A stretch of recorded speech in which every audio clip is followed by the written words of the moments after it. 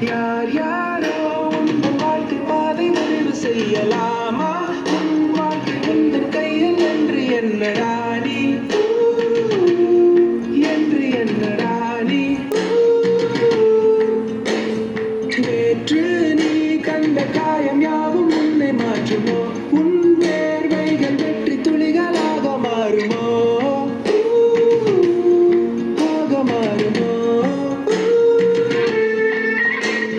தோல்வி அது முடிவு அல்ல, காலம் உன் கையில் உள்ள காயம் உன் மனதை மெல்ல கேட்டு பறித்து இழுத்து செல்ல. மானம் அது நெருப்பை போல எரிக்கும், உன் உயிரை கில்ல துடிக்கும்.